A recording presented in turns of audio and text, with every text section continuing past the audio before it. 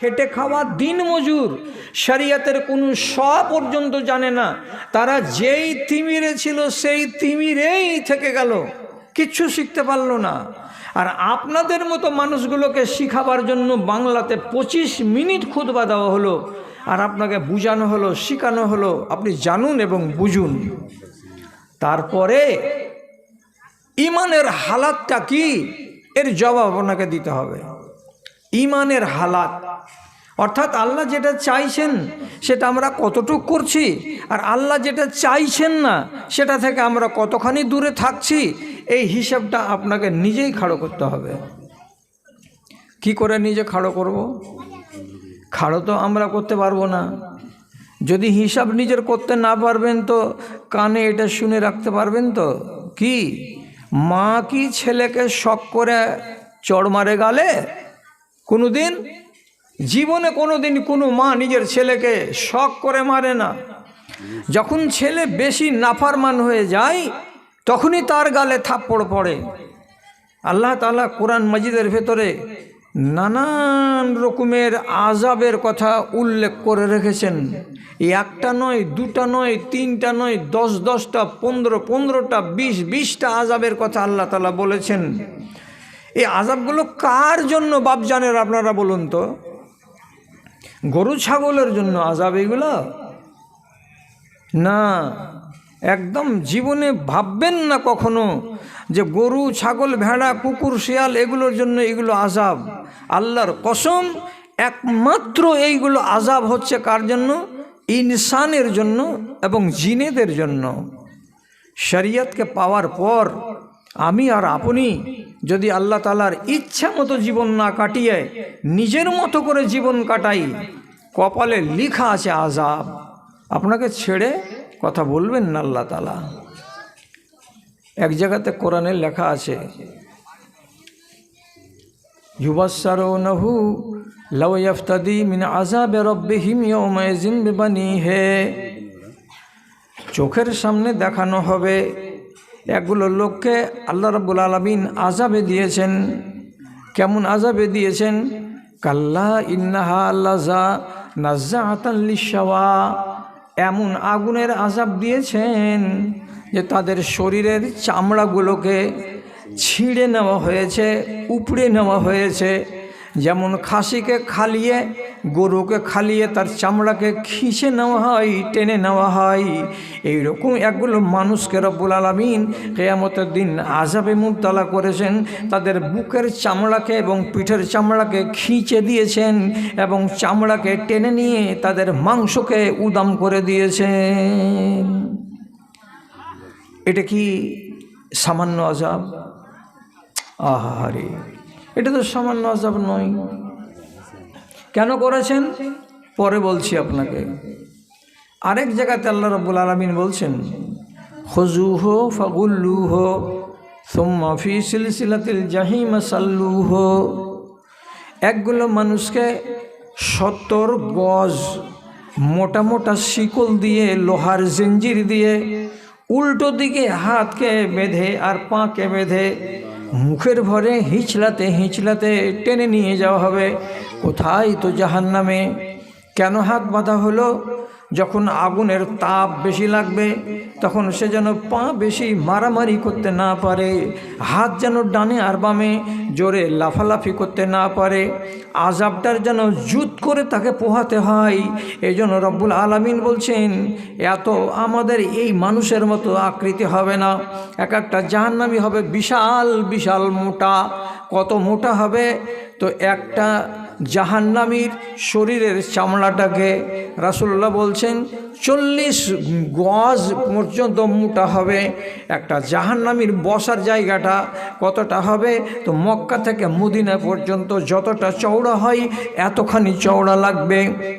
এবং এক একটা জাহান্নামীকে এই দুনিয়ার মানুষগুলোকে রব্বুল আলামিন এত বড় আকার দিবেন, দেওয়ার পরে তাদের এক একটা দাঁতগুলোকে বলা হবে ওহুদ পাহাড়ের সমান। এইরকম ভূতের আকৃতির মানুষগুলোকে কিয়ামতের দিন আল্লাহ তাআলা আযাব দিবেন, তো জিঞ্জিরে বেঁধে আযাব দেবেন। আল্লাহ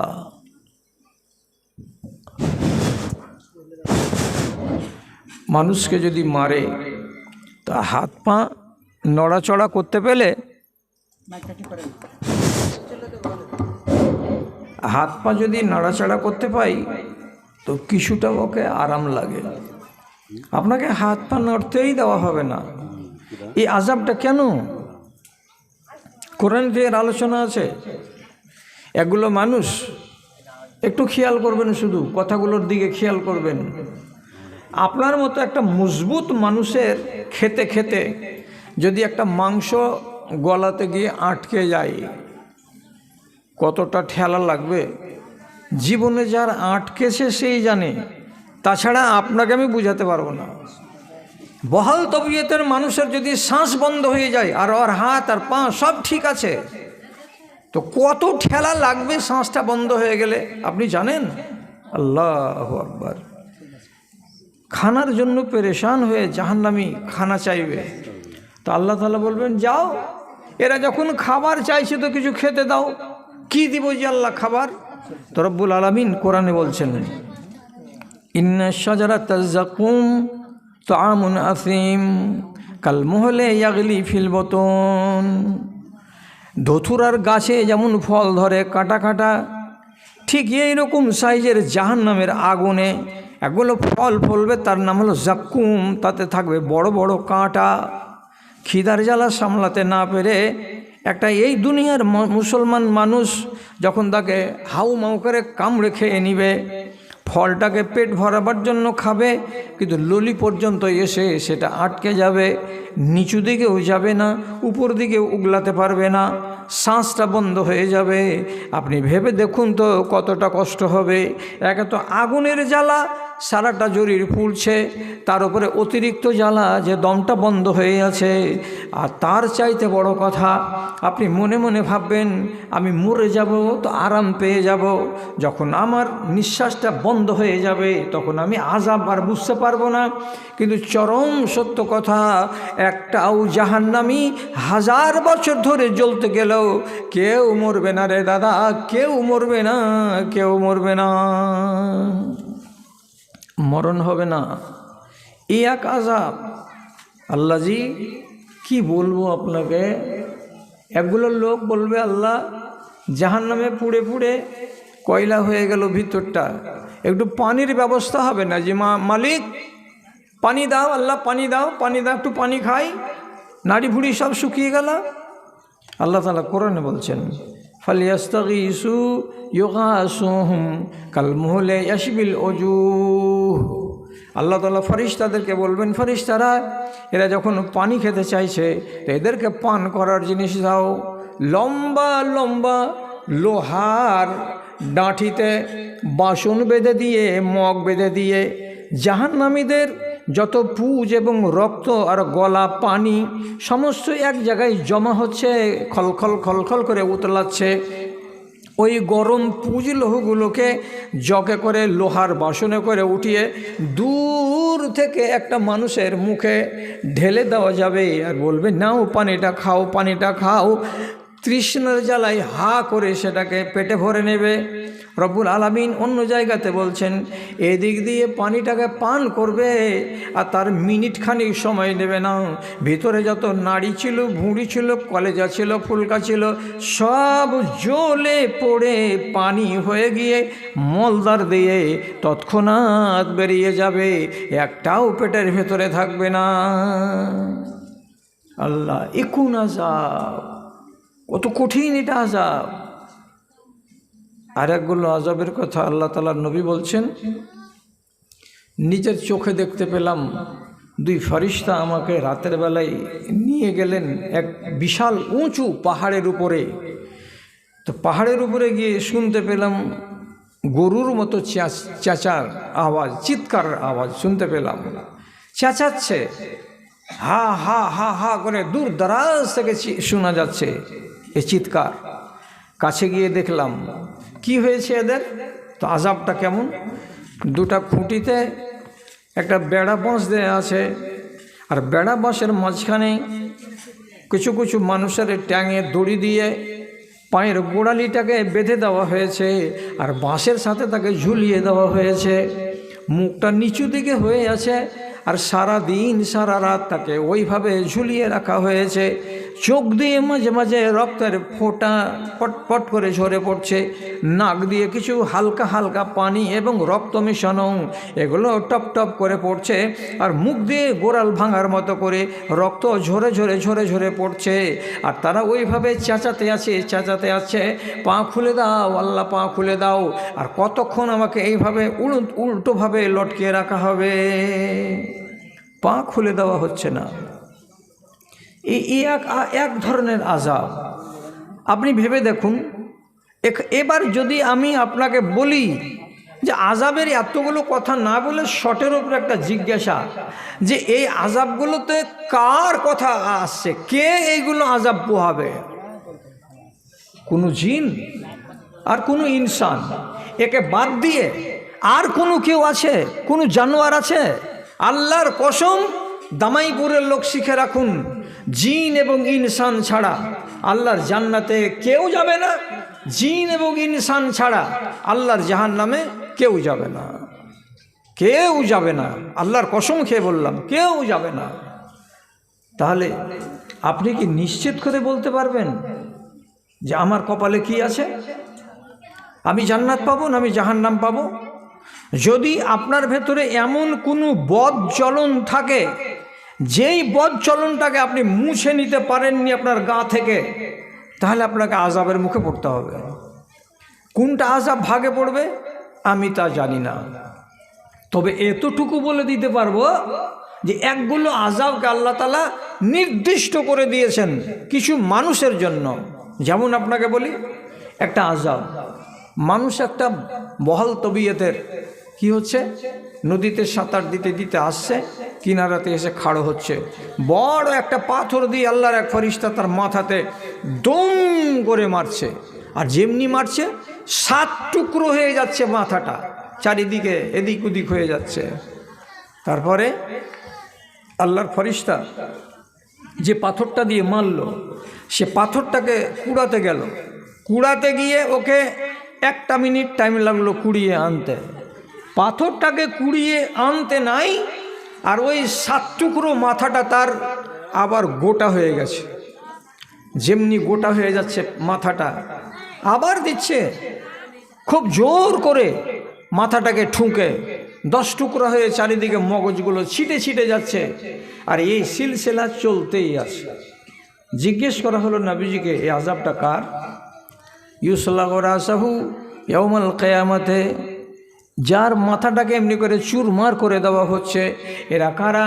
তো রাসূলুল্লাহ বলছেন, হুমুল্লাযীনা ইয়ানামুনা আন সালাতিল ফজর, যে লোকগুলো ফজরের নামাজকে ছেড়ে দিয়ে নাকে তেল দিয়ে বাড়িতে বসে শুয়ে শুয়ে ঘুমাতো, এমন মানুষগুলোকে এটা আযাব দেওয়া হয়েছে। আচ্ছা, এটা তো নির্দিষ্ট হয়ে গেল। এখন আপনি বলুন, এর আগে যদি শুনে না থাকেন তো আজকে তো শুনলেন। এবার আর একটা কথা বলি, আপনি যদি নিজের ঈমানটাকে তাজা করতে চান তাহলে কোরআন আর হাদিসের কথা শুনুন, এর বাইরের কথা নয়।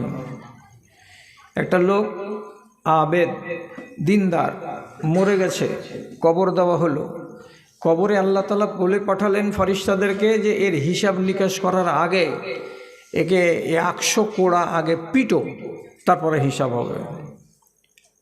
100 কোড়া মারো, তারপরে হিসাব হবে।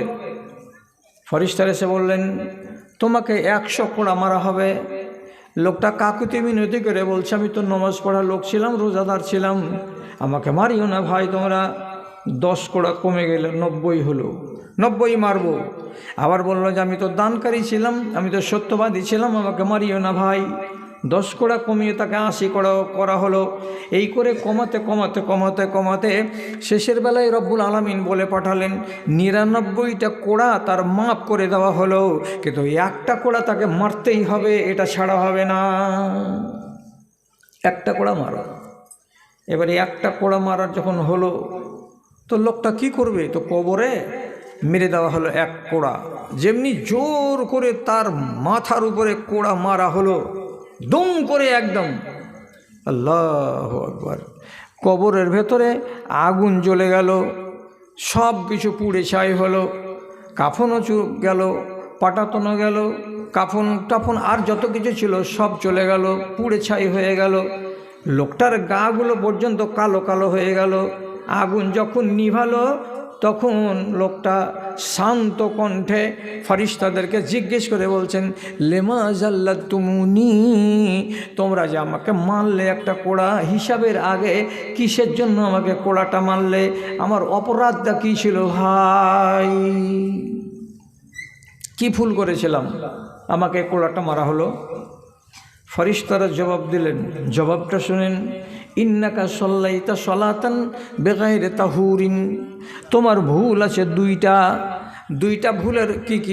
একটা হলো তোমার বাড়ির দরজাতে একদিন একটা ফকির এসে ক্ষুধার জ্বালা নিয়ে বলছিল, দুটো আমাকে দানা দাও, তুমি দানা না দিয়ে পাশ কাটিয়ে পালিয়ে গেছিলে, এটা এক।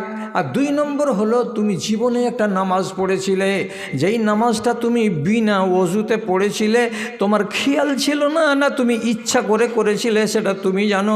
বিনা ওযুতে একদিন একটা নামাজ আদায় করেছিলে, যার জন্য তোমাকে এই সাজাটা দেওয়া হলো, নচেত সাজা হতো না। বিনা ওযুতে একদিন একটা নামাজ পড়েছে, তার জন্য তার কবরে একটা কোড়ার কারণে আগুন জ্বলে গেল।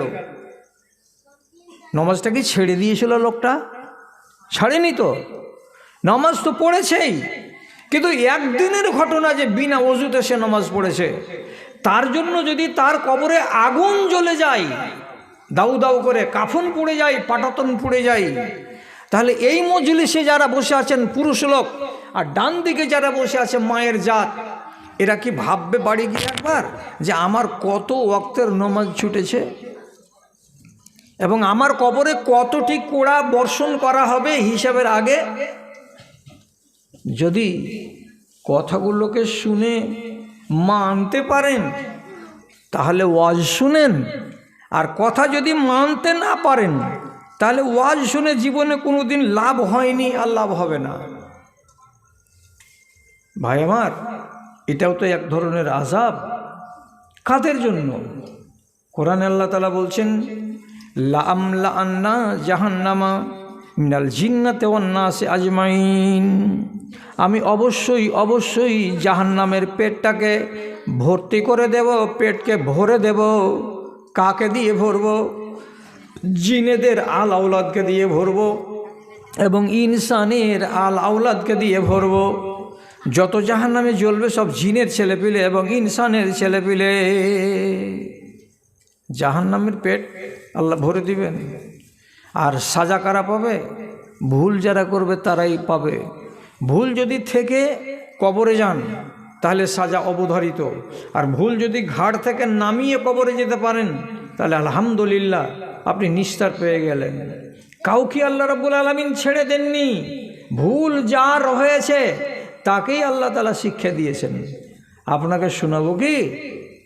একটি মাত্র ভুলের কারণে, মাত্র একটি ভুলের কারণে আল্লাহ রাব্বুল আলামিন ফেরেশতাদের সর্দার, কোটি কোটি মিলিয়ন ফেরেশতাদের সর্দার ইবলিস শয়তানকে আল্লাহ তাআলা বিশাল বড় একটা চেয়ার দিয়েছিলেন, সম্মানের চেয়ার।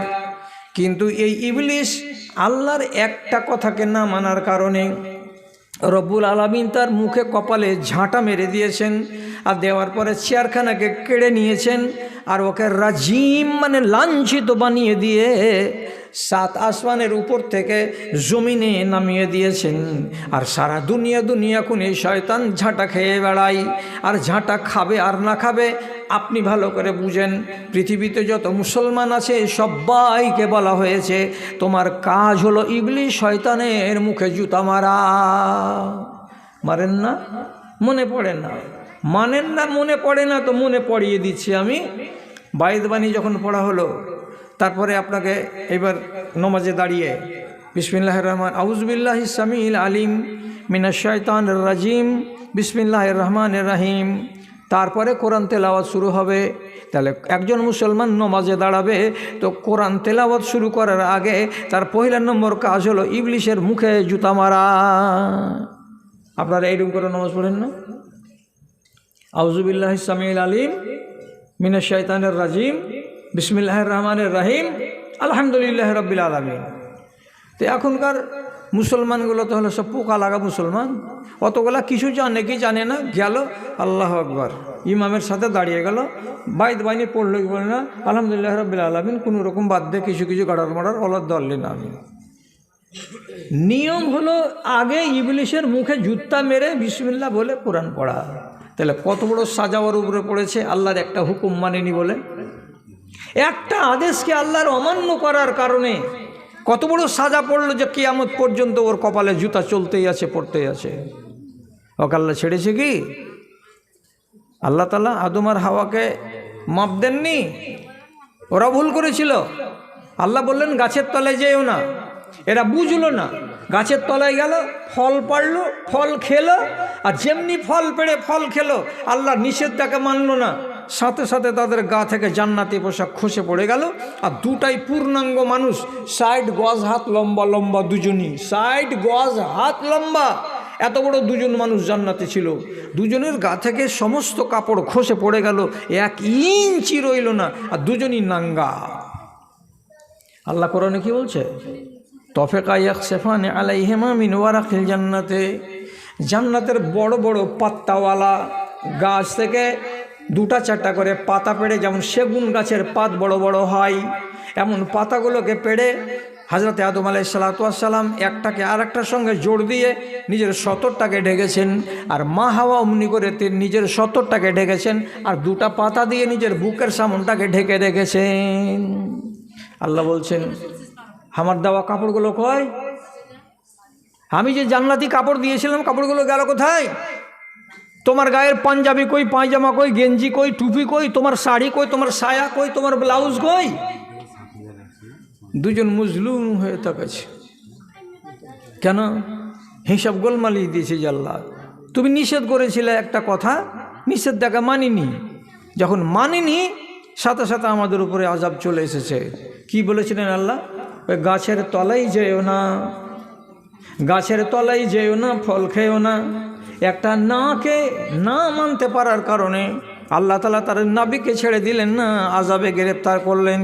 তাহলে আপনাকে আমি সামনে বসিয়ে বলছি, দাদা আমার, আল্লাহর আদেশ কতটি আছে, আপনি কয়টা মানেন? আল্লাহর নিষেধ কতটি আছে, আপনি কয়টা মানেন? অঙ্ক করে দেব, অঙ্ক করে। মেয়েদের তরফ থেকে 7150 টাকা, মেয়েদের পক্ষ থেকে। আচ্ছা আচ্ছা, আলহামদুলিল্লাহ, ঠিক আছে, শেষের বেলা আরেকবার হবে। কি বলবো আপনাকে, আল্লাহর আদেশগুলো সবটি পালিত হচ্ছে কি হয় না? আমি মেসাল উদাহরণ দেওয়ার জন্য বলছি। কি আপনারা রোজার মাসে খানা খাবেন না, আর কোনো মহিলা খানা বানিয়ে দিবে না। রোজার মাসে রোজা ছাড়া লোক আছে না নাই? আছে। যদি না আছে তো বিসমিল্লাহ হোটেলে গরুর গোশত দিয়ে ভাত শামসিতে সারা দিন দমদম করে হোটেল চলছে। আপনারা আমাকে মাপ দিয়েন, ওই গরুর মাংস দিয়ে ভাত কি কোনো গায়ের মুসলিম খেতে যাচ্ছে? না, সব মুসলমানের বাচ্চা যাচ্ছে। তাহলে মুসলমানের বাচ্চারা যে এইভাবে রমজান মাসে আল্লাহর আদেশকে অমান্য করছে, তো এদের উপরে কি আল্লাহর আযাব আসবে না? যদি দুনিয়াতে না আসে তো আখেরাতে আসবে। জি, রসুলের কথাটা আপনাকে বলিনি যে ট্যাঙে দড়ি দিয়ে উল্টো করে লটকিয়ে রেখেছেন একগুলো লোককে, তো রসুল বললেন এই লোকগুলোকে এটা সাজা দেওয়া হয়েছে, এরা অপরাধ কি করেছিল? তো আল্লাহ রাব্বুল আলামিনের পক্ষ থেকে জবাব দেওয়া হলো কি যে এরা হলো রমজান মাসে রোজা ছেড়ে খানা খাওয়া লোক, এই জন্য আল্লাহকে এদেরকে ট্যাঙে দড়ি দিয়ে ঝুলিয়ে রেখেছেন। বেশ, আরও শোনেন, আল্লাহ তাআলা বলছেন যদি সমাজে মোড়ল না থাকে, সমাজের পিঠ শির দাঁড়া ভেঙে যাবে। মোড়ল যদি না থাকে তো গাঁ ঠিকঠাক হয়ে চলবে না। একটা মোড়লের আন্ডারে আছে গোটা গ্রামের মানুষ, ও যদি ইচ্ছা করে তো গ্রামটাকে নমাজি বানাবে, আর যদি ইচ্ছা করে তো গ্রামটাকে সুদখোর আর মদখোর বানিয়ে রেখে দেবে।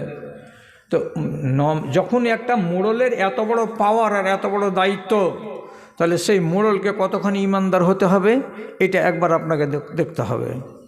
আপনি যে বসলেন, আর আপনি না হলে বিয়ে পড়া চলবে না। আপনি এলেন তো এবার বিয়ে পড়ার কাজ আরম্ভ হলো।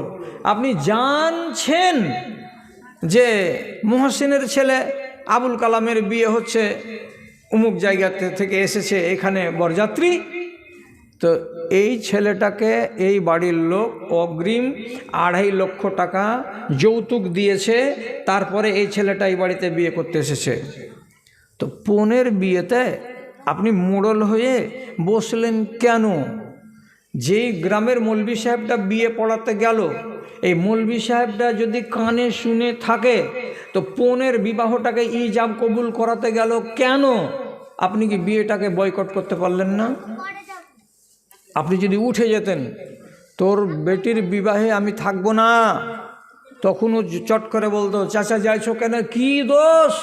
তো তুই কেন নিয়েছিস এরকম করে হারাম টাকা? আর হারাম টাকা নিয়ে বিবাহ করবে আর তার আমি সাক্ষী থাকবো, এ কাজ হবে না। তাহলে আপনার গ্রাম ভালো হবে। আর আপনি বলছেন যে না, ওইগুলো আমার দেখার বিষয় নয়। 10 কেজি বাতাসা বিলাতে বিলাতে 7 কেজি বিলানো হবে, 3 কেজি ভাগ তো আমার আর সর্দারের, ওগুলো দেখার দরকার কি? 400টা পান এনেছে, 200টা খরচ হবে, 200টা আপনারই। আমার ওগুলো দেখার দরকার কি? এতটি সুপারি পাবেন অসুর, আর 2খান খড়ের টুকরা পাবেন অসুর। তারই লোভে আপনি একটা হারাম জিনিসকে বোবা শয়তানের মতো বসে বসে বরণ করে নিচ্ছেন। আপনার নিজের খেসারত সম্বন্ধে জানেন না? রব্বুল আলামিনের নবী বলছেন, কিয়ামতের দিন কিছু লোককে তার বড় বড় চুলে প্যারাশুটের দড়ি বেঁধে সুরাইয়া নক্ষত্রের সাথে বড় পাথরের সঙ্গে দড়িটাকে বেঁধে দিয়ে এই লোকটাকে ঝুলিয়ে দেওয়া হবে। কত হাত লম্বা?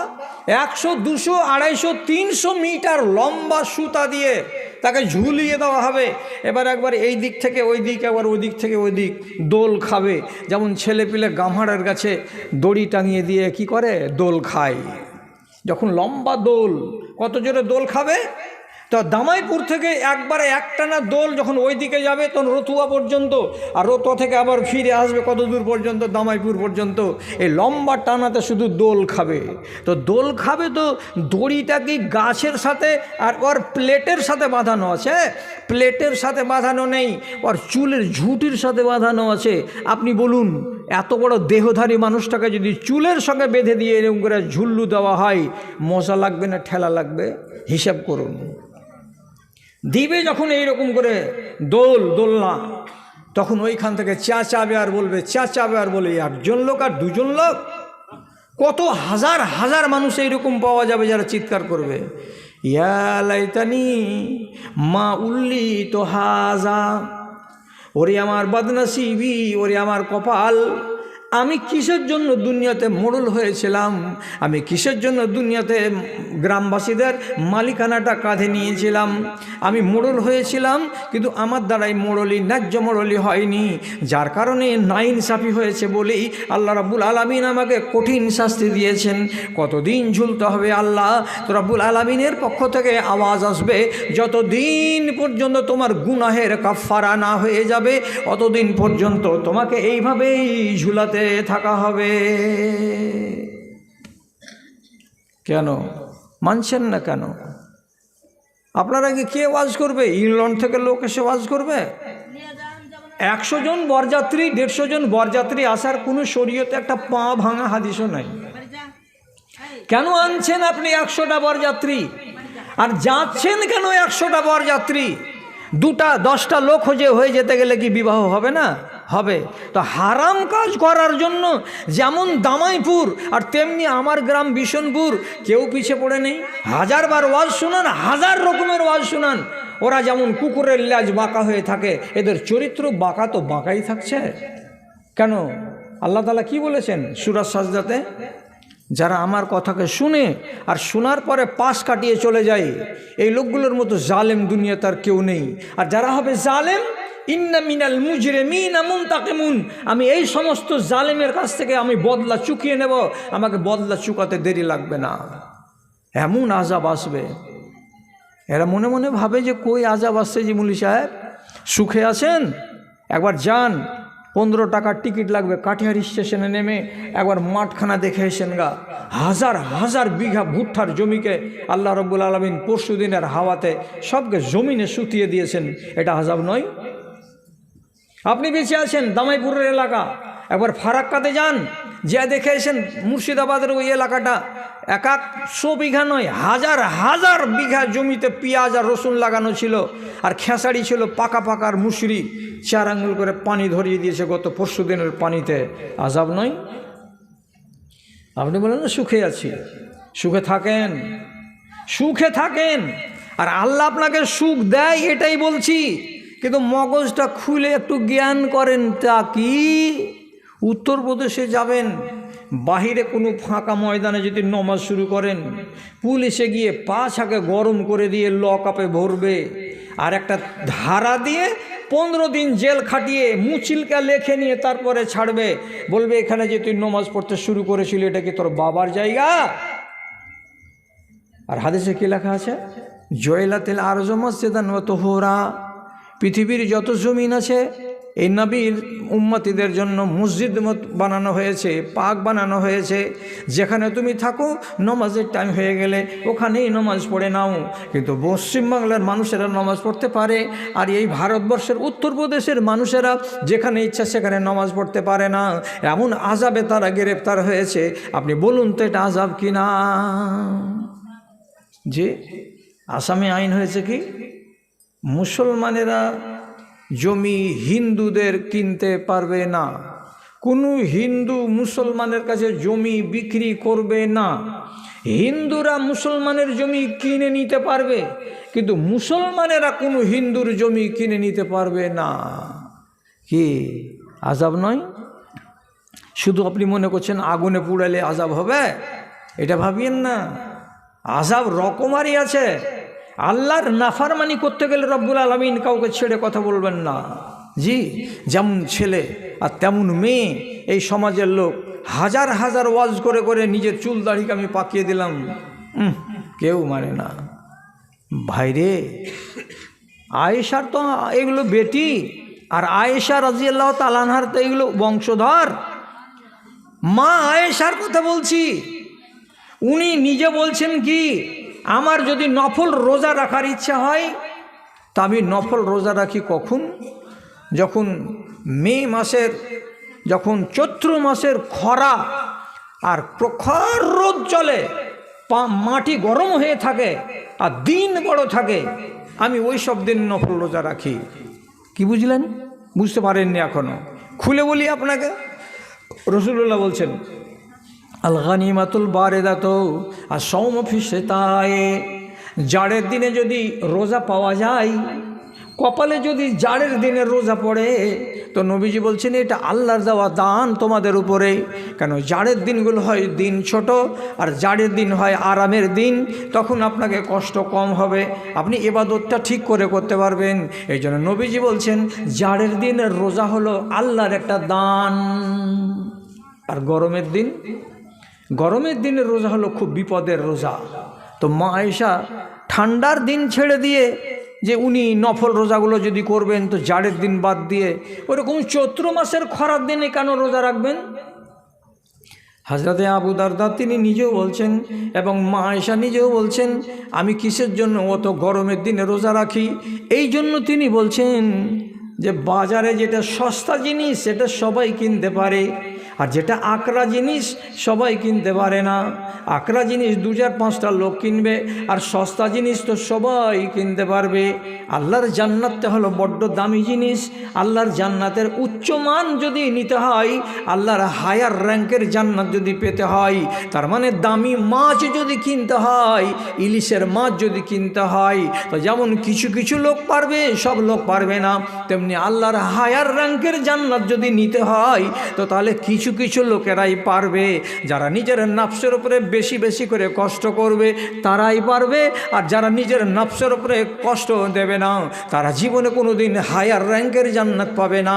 ওই জন্য ঠান্ডার দিনকে বাদ দিয়ে আমি গরমের দিনে নফল রোজা চালাই। আল্লাহ, কোন কথা আপনাকে শুনেলাম, আর আপনি এটা শুনে কি ভাবছেন আর কি বলছেন আমি তা বুঝতে পারছি না। বাবারে, তো হিসাব করবেন না আপনার আয় আর ব্যয়, আমি কতটি ভালো করছি আর আমি কতটি মন্দ করছি, এই কথাগুলো কি আপনাকে হিসাব করতে হবে না? করতে হবে। হিসাব করলে মানুষের লাভ লস মানুষ জানতে পারবে। আর যদি আপনি আপনার আমলের হিসেব করেন তাহলে আলহামদুলিল্লাহ আপনাকে বলছি আপনার পাপ কমবেই কমবে কমবেই কমবে। আপনি যদি প্রত্যেক দিন রাতের বেলায় বা 2 দিন 4 দিন পর পর নিজের আমলের হিসাব করেন তো। কেমন হিসাব করব আমি? বৃহস্পতিবারের হাটের দিন কাকে ঠকেছি? ইন্নালিল্লাহ। কেন ঠকলাম? রসুল যে বলেছেন কেউ যদি আমার উম্মতিকে ফাঁকি দেয় সে আমার উম্মতি নয়, তাহলে আমি তো রসুলের উম্মত থেকে খারিজ। কোনো মহিলা সে যদি কি করে বেপর্দা হয়ে বাড়ি থেকে বের হয়, বাড়ি থেকে যদি বেপর্দা হয়ে বের হয় তো রসুলুল্লাহ বলছেন শয়তান যেমন বাড়ি থেকে বের হওয়ার সময় বেপর্দা নারীর আকৃতি ধারণ করে, ওই শয়তানটা হলো এই শয়তান যে রমণী নিজের সৌন্দর্য দিয়ে মানুষকে মুসিবতে ফেলবে বলে নিজে সুন্দর করে সেজে আর গুজে বেপর্দা হয়ে বাড়ি থেকে বেরিয়েছে। একে যেই দেখবে তার ঈমান যাবে আর ওরও ঈমান যাবে, আর যে ঈমানটা নষ্ট করাচ্ছে তারও ঈমান যাবে। তাহলে এটাকে শয়তানের সঙ্গে তুলনা করা হয়েছে। কেন কোনো নারী ভাবে না লাল ঠোঁট করে নিলাম, লিপস্টিক লাগিয়ে আর সুন্দর শাড়ি পরে নিলাম আর নামার পরে মাথাকে খোলা রেখে দিয়ে বাড়ির থেকে কেন বের হলাম, কেন বের হলাম বাড়ি থেকে? তাহলে এই কথা যদি ও না ভাবে তাহলে কি করে তার ঈমান ঠিক থাকবে? আর যদি ভাবে তাহলে পরে তার ঈমান ঠিক থাকবে। কেন থাকবে? আমি যদি পাপকে ঘাড়ে নিয়ে মরি তো আমার কল্যাণ নেই। আর যখন নিজের হিসাব নিজে করবে তখন কিন্তু ঠিক থাকবে যে আল্লাহ আমি নেকির পাল্লাটাকে ভারী করি আর পাপের পাল্লাটাকে আমি কমাই। এ কথাটা আপনার মগজে আসবেই আসবে। সাহাবায়ে কেরাম হিসাব করতেন। কেমন হিসাব আপনাকে একটা বুঝাচ্ছি, শুধু বুঝাবার জন্য হাদিসটা বলছি। একজন সাহাবী মসজিদে নববী থেকে তার বাড়িটা ছিল দূরে দূরে, আর 5 ওয়াক্তের নামাজে বেচারি হেঁটে আসতো মসজিদে নববীতে। তো একদিন আবু আইয়ুব আনসারী বলে এক সাহাবী, উনি পরামর্শ দিয়ে বলছেন, কি পরামর্শটা? লাউ ইশতারাইতা হিমারান তারকাবহু ফি জালমায়ে ওয়া জালফায়ে।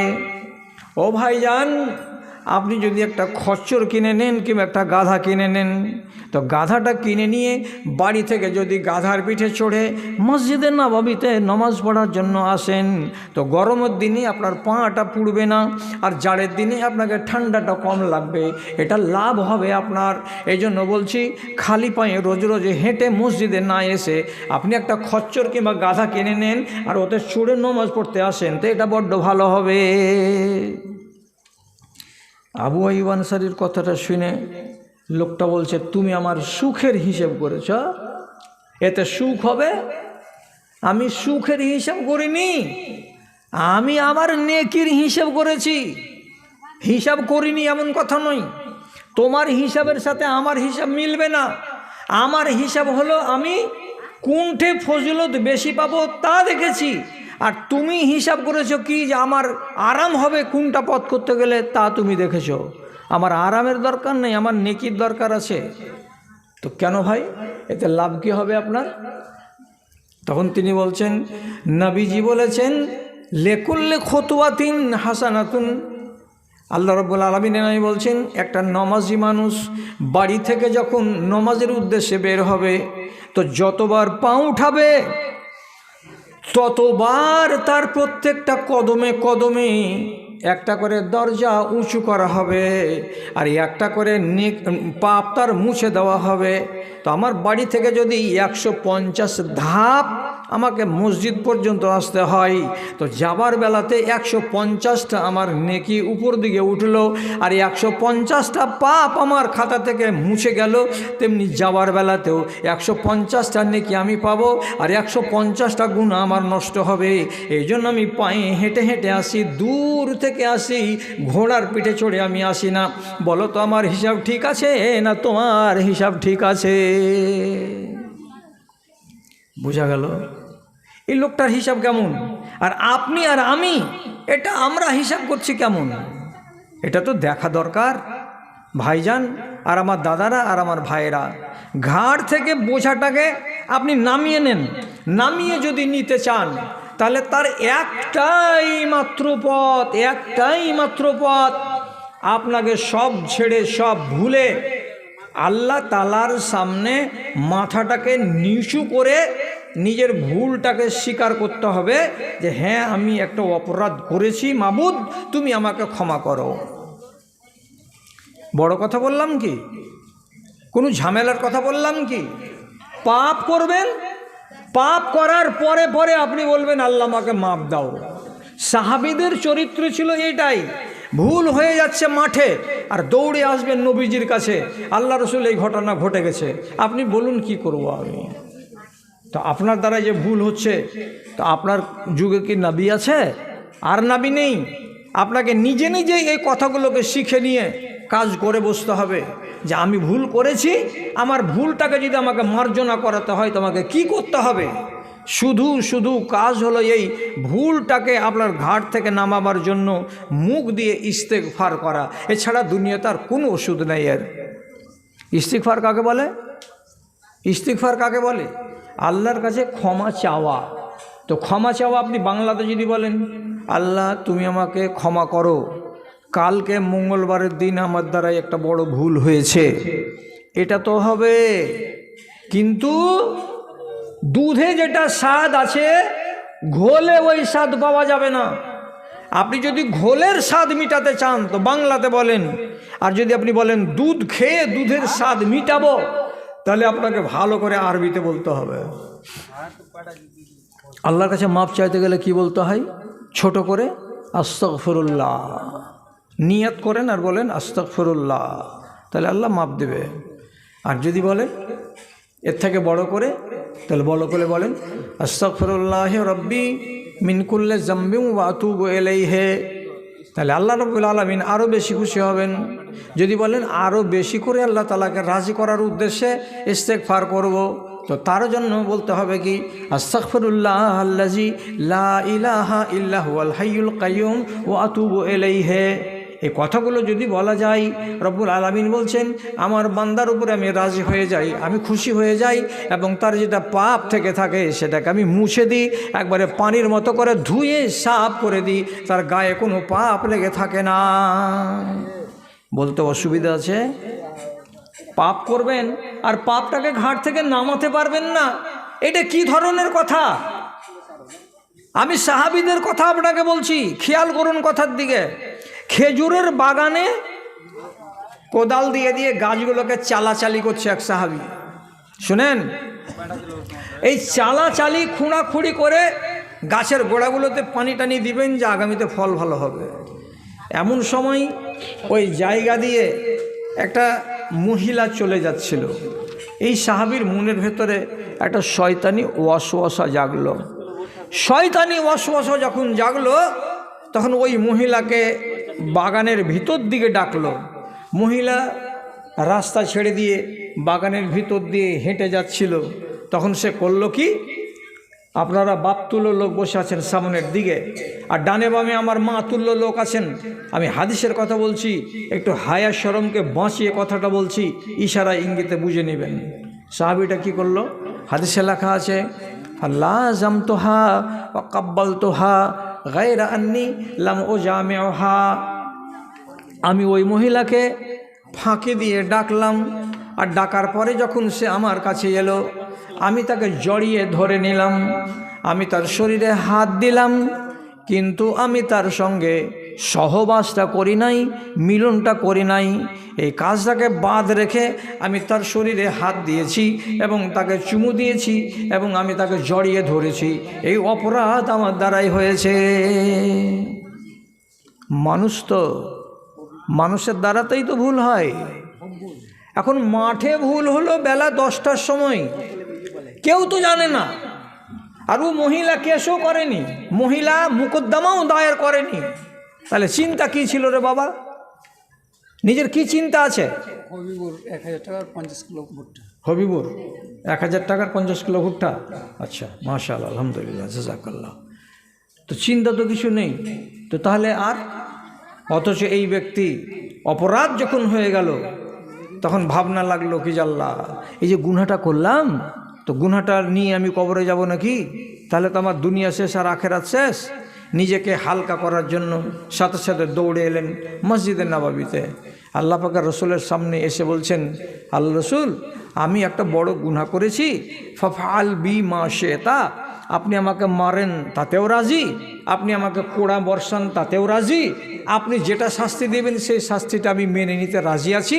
আমি পাপী, আমি গুনাহগার, আমার ঘাড় থেকে আমি গুনাহটাকে নিচে নামাতে চাই, আপনি আমার গুনাহ নামিয়ে দেন।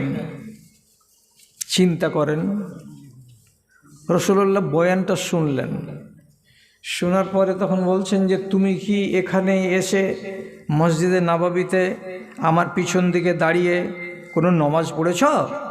বলছে জি, আপনার পিছনে দাঁড়িয়ে আমি তো জোহরের নামাজ আদায় করলাম।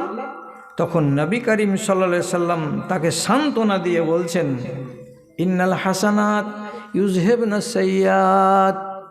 বাবা ধন, একটা মানুষ যদি পাপ করে আর পাপ করার খানিকক্ষণ বাদে সে যদি অনুশোচনা প্রকাশ করে এবং নিজে লজ্জিত হয়, লজ্জিত যদি হয়, তাহলে আল্লাহ তাআলা তার গুনাহগুলোকে রাখেন না। কেন যে বান্দাটা ভুল করেছে আর করার পরে সে লজ্জিত হয়েছে, আর লজ্জিত হওয়ার পরে আমার কাছে ক্ষমা চেয়েছে, তখন আল্লাহ বলছেন আমি এই বান্দার উপরে আর নারাজ হয়ে থাকি না, আমি তাকে ক্ষমা করে দেই। তাহলে মানুষটা করলো পাপ, আবার এইখানে এসে কি করছে? মাপ চাইছে। এই জায়গাটাই হলো আপনার জন্য টার্নিং পয়েন্ট। ইস্তেগফার আপনি করুন, তাহলে আপনার কল্যাণ, ঘাট থেকে পাপ নেমে যাবে। আর জানেন, হাবিবুর যেটা বললাম, আব্দুল ওয়াজেদের ছেলে 50 কিলো ভুট্টার 50 কিলো ধান, 50 কিলো ধান দিল আবার। আচ্ছা, তো লিখে রাখো, যদি এই কাজ শুরু করি তো এদিক বন্ধ হয়ে যাবে, আর যদি এটা না করি লিখে রাখো, তাহলে এটা খানিকক্ষণ চালাতে পারবো, যেটা খুশি সেটা করো। হ্যাঁ, কি বলছিলাম? গা থেকে পাপটাকে নামাতে হবে, পাপকে ঘাড়ে করে নিয়ে কবরে যাবেন না। আপনি জানেন নমাজটা কত ভালো জিনিস আপনার আর আমার জন্য? আপনি খেয়ালই করেননি জীবনে যে নমাজের ভিতরে দাঁড়িয়ে নমাজটাকে শেষ করতে গিয়ে আমি আল্লাহ তাআলার কাছে 4 বার মাপ চাই। আপনি তো বলবেন এখন কই, আমার তো মনে পড়ে না, আমি তো 4 বার মাপ চেয়েছি, তুমি বলছো কথাটা, তা আমার তো মনেই পড়ে না যে আমি কখন আল্লাহ তাআলার কাছে মাপ চাইলাম। নমাজ এমন একটা ঔষধ, আপনার সমস্ত পাপকে ধুয়ে দিবে। জি, এটা কথা মনে রাখবেন। কারণ রাসূলুল্লাহ হাদিসে বলছেন, কুমু ইলা নিরানিকুমুল্লাতি আওকাদতুমুহা ফাতফিউহা বিসসালাতে। ও মানুষেরা, হাটে যদি আগুন লাগিয়ে থাকো নিজের কপালে, মাঠে যদি আগুন লাগিয়ে থাকো নিজের কপালে, চায়ের দোকানে বসে বসে যদি আগুন জ্বালিয়ে থাকো নিজের কপালে, তাহলে যেখানে আগুন জ্বালাও না কেন, আল্লাহর ঘরে যদি মসজিদে এসে নামাজে দাঁড়াও, তাহলে নমাজ তোমার মাঠের আগুনকে মুছে দেবে, তোমার চায়ের দোকানের আগুনগুলোকে মুছে দেবে, তোমার ঘাটের আগুনকে আল্লাহ তাআলা নমাজের মাধ্যমেই মুছে দেবে। আপনি বলবেন হাটে কেমন করে আগুন জ্বালালাম? মিথ্যা কথা বলে যদি সামান বিক্রি করেন, তকদিরে আগুন জ্বালিয়েছেন। চায়ের দোকানে বসে বসে যদি গিল্লা গুজব করে থাকেন, নিজের কপালে আগুন জ্বালিয়েছেন। খেতি বাড়ি করতে গিয়ে যদি কোনো মানুষের জমিকে ইচ্ছাকৃত 2 আঙুল চেপে দিয়ে থাকেন, কিংবা কাউরি ফসলকে কেটে নিয়ে নিজের গরুকে খাইয়ে থাকেন, তাহলে মাঠে গিয়ে আপনি আগুন লাগিয়েছেন নিজের কপালে। যেখানেই আগুন লাগান না কেন, ওই আগুনটা মাঠে গিয়ে নিভাবে না, ওই আগুনটা বৃহস্পতিবারের হাটে গিয়ে নিভাবে না, ওই আগুনটা চায়ের দোকানে নিভাবে না। আগুনটা যদি নিভাই তো মসজিদে নিভাবে। আর কেমন করে নিভাবে? তো রাসূলুল্লাহ বলছেন নমাজের মাধ্যমে নিভাবে। কেমন করে যে? তো কেউ বলেনি আপনাকে? যদি না বলে থাকে তো আমি বলে দিচ্ছি আপনাকে।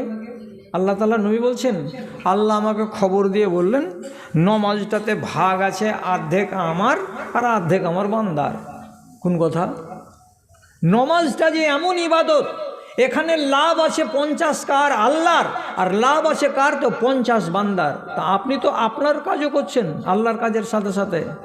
কীরকম কথা বুঝতে পারলাম না, তো ঠান্ডা মাথাতে বুঝেন, আমি বুঝাচ্ছি আপনাকে। শুরু করলেন আলহামদুলিল্লাহ রাব্বিল আলামিন, আল্লাহর হলো। আর রহমানের রহিম, আল্লাহরই তারিফ করা হলো। মালিক ইয়াউমিদ্দিন, এটাতেও আল্লাহর তারিফ করা হলো। ইয়াকা না'বুদু ওয়া ইয়াকা নাস্তাইন, এটাতেও আল্লাহর কুস্তাতে মাটি দেওয়া হলো। চেহারা আয়াত আল্লাহর করলেন।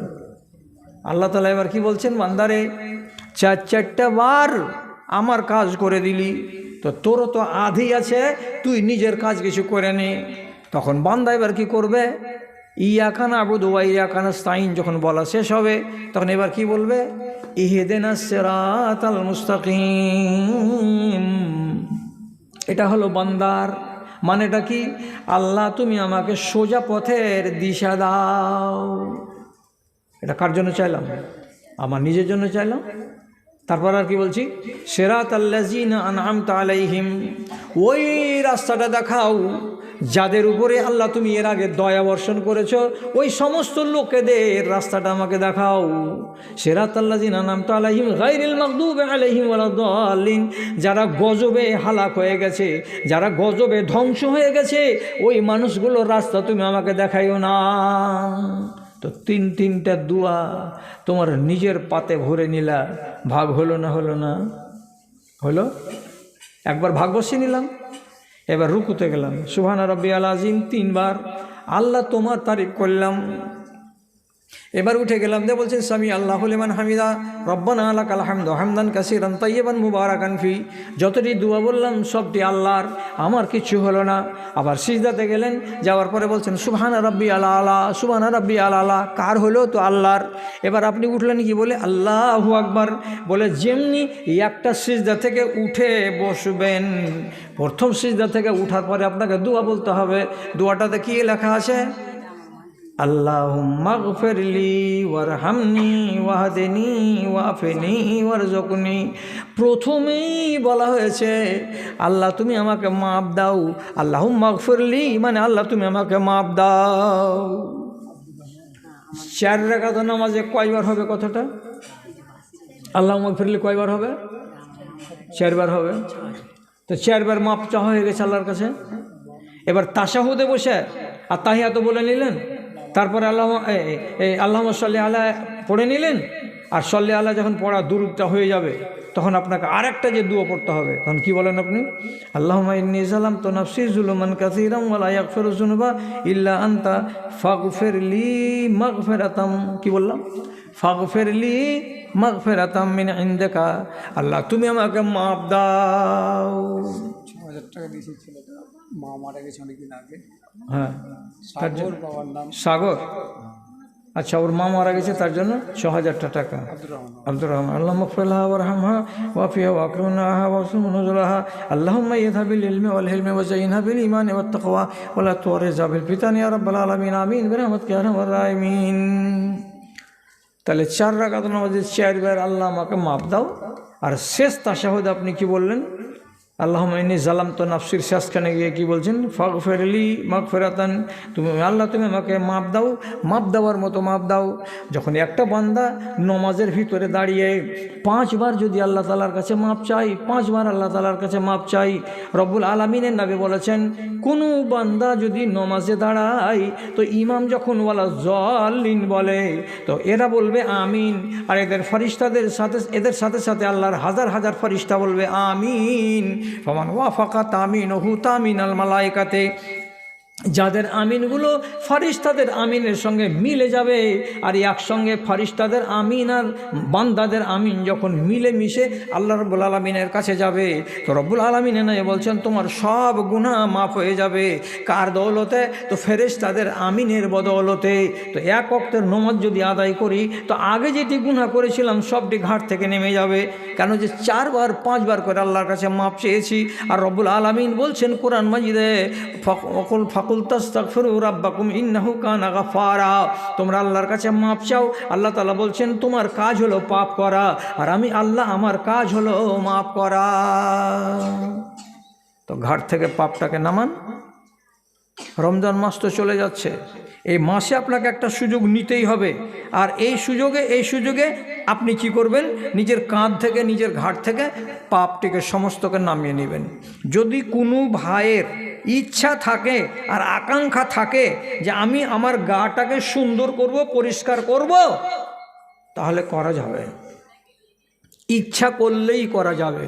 আমি আপনাকে একটা দোয়া বলছি, যদি দোয়াটাকে লিখি তো এই আঙুলটাতে এঁটে যাবে।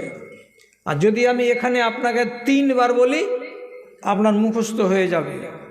দোয়াটাকে সকালবেলায় ফজরের নামাজ পড়ার পরে বলতে হবে 100 বার, আর মাগরিবের নামাজ পড়ার পরে বলতে হবে 100 বার। টাইম লাগবে কত? 4 মিনিট। এই সময়টা দিতে পারবেন কি? ফজরের নামাজের পরে 100 বার আর মাগরিবের নামাজের পরে 100 বার। তাহলে কি লাভ হবে? তো রাসূলুল্লাহ বলছেন, হাত্তাত খাতায়াহু ওয়াইন কানা মিসলু জাবাদিল বাহারে, ওই লোকটার গুনাহকে মাফ করে দেওয়া হবে। কতটি গুনাহ? সমুদ্রের কিনারায় ফেনা জমে 2 হাত মোটা হয়ে 3 হাত মোটা হয়ে কত দূর জমে? তো 30 কিলোমিটার, 40 কিলোমিটার, 50 কিলোমিটার দূর এলাকা নিয়ে সমুদ্রের কিনারায় যত ফেনা থাকে, তোমার বান্দা, তোমার যদি গুনাহ সমুদ্রের ফেনার সমানও হয়, তো আমি আল্লাহ এই দুয়াটার বদৌলতে তোমার সব গুনাহকে ধুয়ে দেব, মুছে দিব, সাফ করে দিব, তোমার গায়ে গুনার লেশ মাত্র থাকবে না। কত ফজিলত দুয়াটার! যার মুখস্থি আছে তো তার আছে আলহামদুলিল্লাহ, আর যার মুখস্থি নাই আমি 3 বার বলছি, মুখস্থি করে নেন। দোয়াটা কি? সুবহানাল্লাহি ওয়া বিহামদিহি সুবহানাল্লাহিল আযীম। ভারী আছে কি? সুবহানাল্লাহি ওয়া বিহামদিহি সুবহানাল্লাহিল আযীম, সুবহানাল্লাহি ওয়া বিহামদিহি সুবহানাল্লাহিল আযীম। 3খানা কথা বললাম, আর এই 2খানা বাক্য বললাম, আর এই 2খানা বাক্যকে আমি কবার বললাম?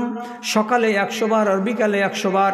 তাতে যদি আমার গাটা তুলসী পাতের মতো হয়ে যায়, জমজমের পানি দিয়ে ধুয়ে নেওয়ার মতো পরিষ্কার হয়ে যায়, তো আমাদের মতো পাপী মানুষগুলো এই আমলটা কেন করবে না রে দাদা? কেন করব না? পাপ তো সবারই। কে পর্দা করে না? কে স্বামীর কথা শুনে না? কে স্বামীর এনে দেওয়া শাড়ি পছন্দ করে না? টাকা নিয়ে বেরিয়ে যাচ্ছে শপিং মলে গিয়ে একাই ভদর করে দুশ্মনদের সাথে কথা বলে বাজার করে চলে আসছে। এইরকম বেহায়া নারী আমাদের সমাজে হাজারটা। কেউ বেপর্দা হয়ে চলে যাচ্ছে বরযাত্রী সেজে সর্দারের বেটার বিয়েতে, অথচ মেয়ে ছেলে যাওয়ার কোনো নাম গন্ধ হাদিসের পাতাতে নেই, তারপরেও বেহায়া হয়ে চলে যাচ্ছে। তো এগুলো যে গুনাহ আছে, আপনার যে হাজার গুনাহ পড়ে আছে, এগুলো সব থেকে যদি আপনাকে মুক্তি নিতে হয়, তাহলে প্রত্যেক দিন আপনাকে নিজের গাটাকে ধুইতে হবে। কি দিয়ে ধুবো? তো দোয়া দিয়ে ধোয়া। জি, যদি বলেন আমার দ্বারাই হবে না যে মুনি সাহেব, আমার গুনাহ খাতা একটু বেশি আছে, তো বেশি গুনাহ খাতা থাকতে গেলে ফেরেশতার সাহায্য নেন। কার সাহায্য? ফেরেশতার। ফেরেশতা যদি আপনার জন্য দোয়া করে দেয় তো করলেন। আপনি বলবেন যে আমার মতো মানুষের জন্য আল্লাহর ফেরেশতা কেন দোয়া করবে? করবে। আমি আপনাকে বলছি আল্লাহর ফেরেশতা আপনার জন্য দোয়া করবে, যদি আপনি কথাটা মানেন আর কথাটা শোনেন। কে মানবে?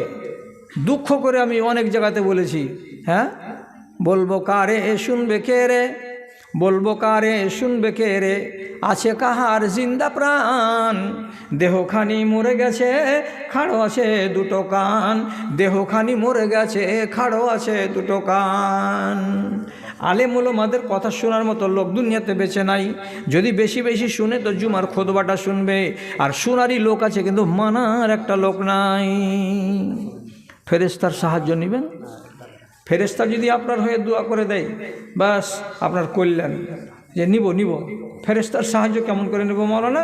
তো আপনাকে একটা ছোট্ট আমল বলছি, পারলে করেন, না পারলে না করেন। আমি তো আপনাকে জোর জবরদস্তি করতে আসিনি।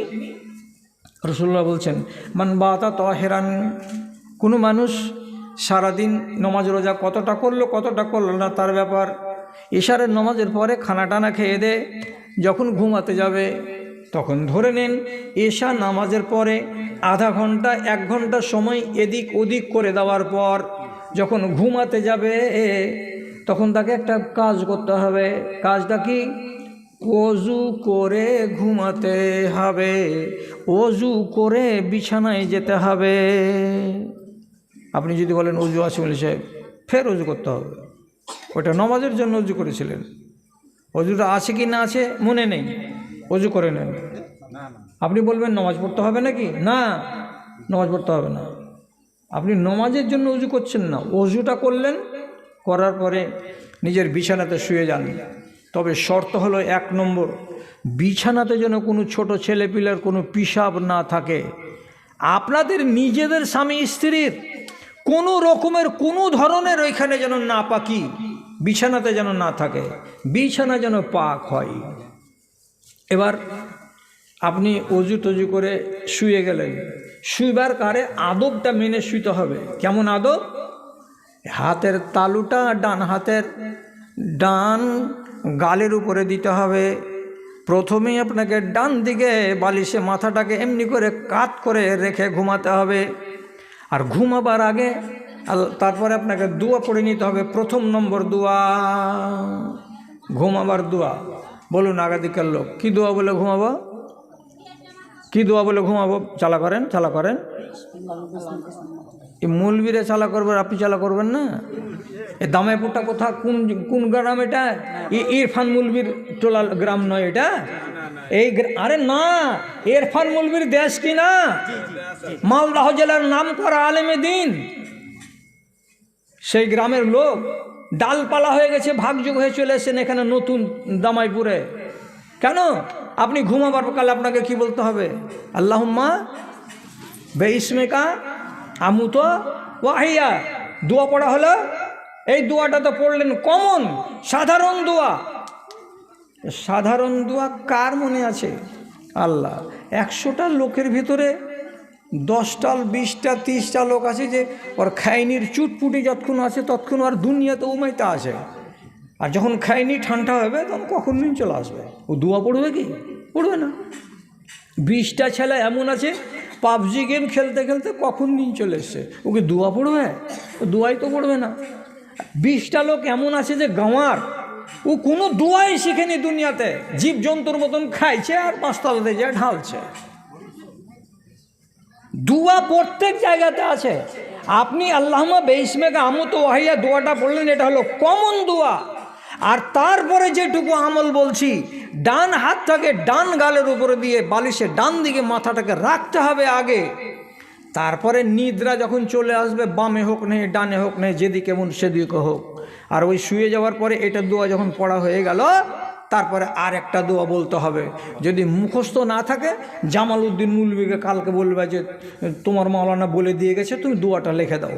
এই দোয়াটা কি বলতে হবে? আল্লাহুম্মা কেনি আযাবাকা ইয়াউমা তাবআসু ইবাদাকা, আল্লাহুম্মা কেনি আযাবাকা ইয়াউমা তাবআসু ইবাদাকা। একবার যদি দোয়াটা বলে নেওয়া যায়, রাসূলুল্লাহ বলছেন কিয়ামতের দিন হাসরের ময়দানে তুমি দাঁড়িয়ে থাকবে, তো তোমার পাগুলো এলোমেলো হবে না, টলমল টলমল করবে না, যেদিক সেদিক তুমি পড়ে যাবে না, স্থির হয়ে দাঁড়িয়ে থাকতে পারবে। এই দোয়াটার এত ফজিলত আছে, এটা বলে নেবেন। আর নেওয়ার পরে এবার আপনি ঘুমিয়ে গেলেন, যখন ঘুমিয়ে যাবেন তখনও লাভ আপনার। কি লাভ?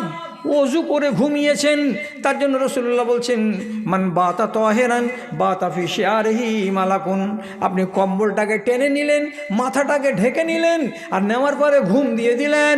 যখনই রাতের বেলায় একবার আপনার ঘুমটা ভাঙবে, কারণে ভাঙুক কিংবা অকারণে ভাঙুক, পিশাবের জন্য ভাঙুক কিংবা পায়খানার জন্য ভাঙুক, কট ঘুরবার কালে যদি ভেঙে যায়, তো যতবার আপনার ঘুম হালকা হবে ভাঙবে, ততবার আপনার ল্যাপের তলাতে রব্বুল আলামিনের পক্ষ থেকে একটা ফারিস্তাকে নিযুক্ত করে দেওয়া হয়। আর তাকে বলা হয়, এরে ফারিস্তা, যতক্ষণ পর্যন্ত তার কানে হাইয়া আলাল ফালা ফজরের আজান না ঢুকবে, ততক্ষণ পর্যন্ত তার কম্বলের ভেতর থেকে বের হতে পাবি না।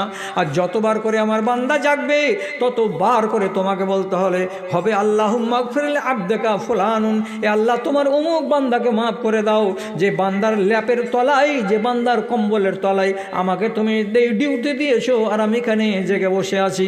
আল্লাহর ফারিস্তা যদি রাতের বেলায় 4 বার অন্তত 5 বার অন্তত আপনার জন্য বলে দেয়, আল্লাহ তুমি একে মাফ করে দাও, আল্লাহ তুমি একে মাফ করে দাও, আপনার তকদির চমকে যাবে রে দাদা, আপনার গুনার কোনো বংশ থাকবে না, গাটা আপনার পরিষ্কার হয়ে থাকবে।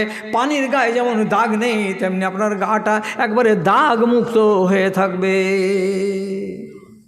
মানো তো মানো, না হয় পা দিয়া সান, মানো তো জড়ি, না মানো তো বনের খড়ি। কি গুনাহগার দুনিয়াতে বেশি আছে, পাপী লোকের সংখ্যা দুনিয়াতে বেশি আছে, নেককার লোকের সংখ্যা দুনিয়াতে কম আছে।